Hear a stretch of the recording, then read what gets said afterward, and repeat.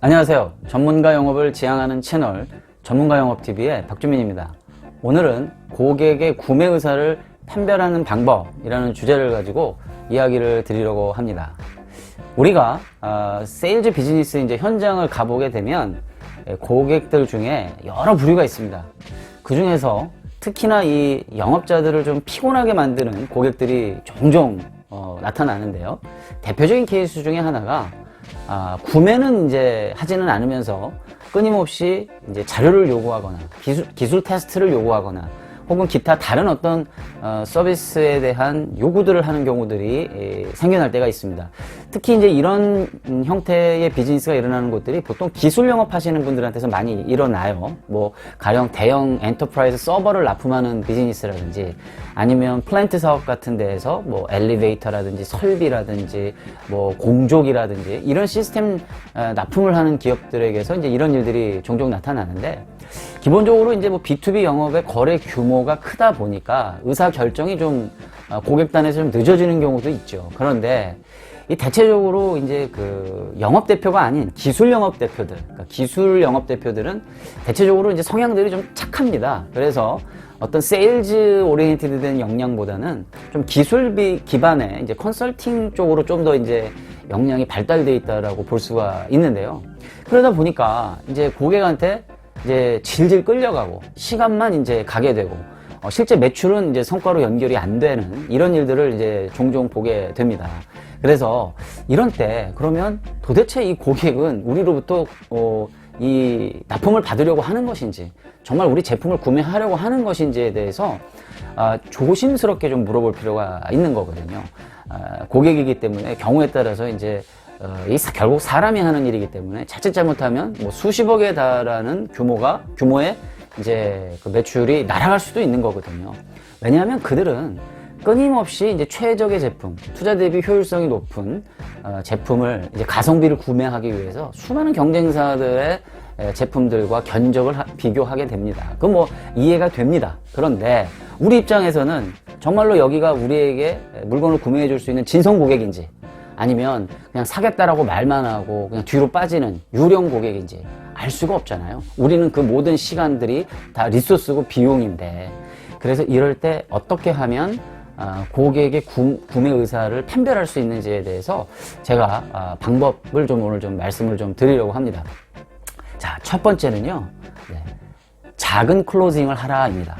이게 무슨 얘기냐면, 여러분들 그 영업하시는 분들이라면 클로징이라는 용어 다 아시잖아요. 클로징이 뭐죠?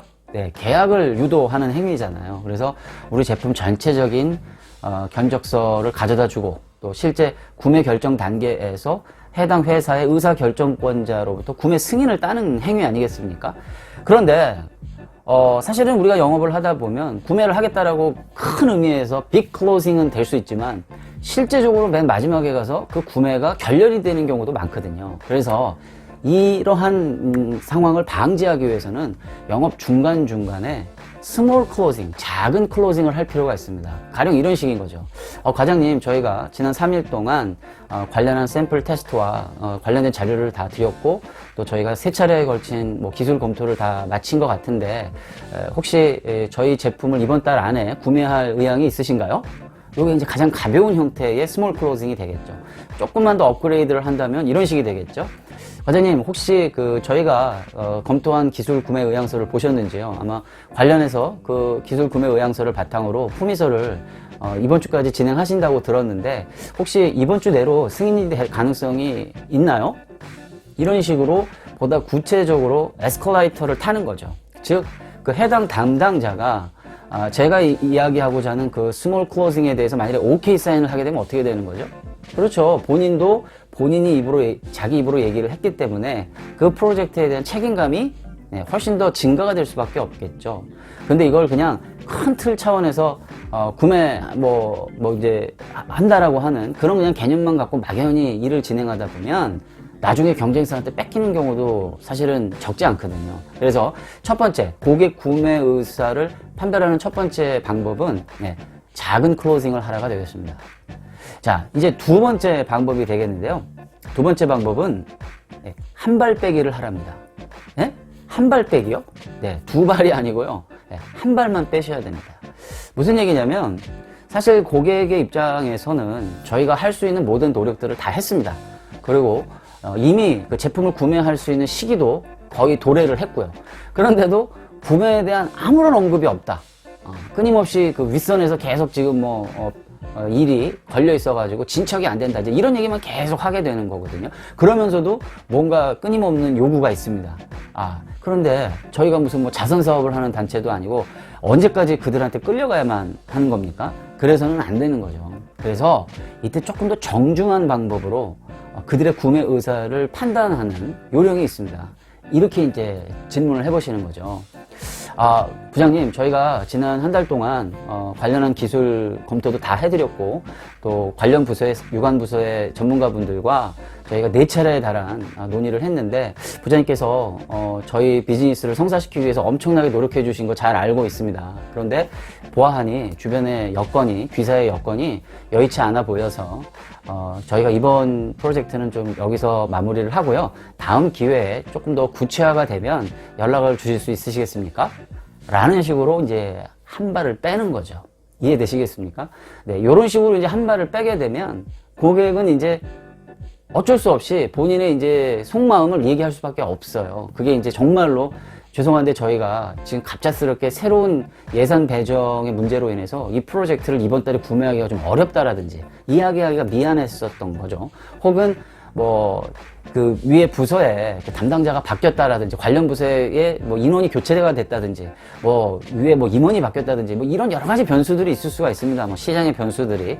근데 이제 그런 것들을 잘 얘기하지 않는 담당자들도 많아요. 참 답답하죠. 그래서 이제 그런 부분들을 이제 사전에 우리가 좀 중간에 캐칭을 해야 할 필요가 있다. 그렇게 해서 이런 식의 한발빼기 질문을 던지게 되면 고객은 진짜 속내를 이제 이야기해 줌으로써 정말 여기 이번 달 안에 구매 가능성이 있겠구나. 아니면 도저히 이거 올해 안에는 답이 없구나. 그러면 어떻게 해야 됩니까? 네, 빨리 손 털고 일어나야죠. 네, 새로운 고객을 찾아서 나서야 되는 겁니다. 네, 이게 이제 두 번째 방법, 이제 한발빼기 전략이 되겠고요.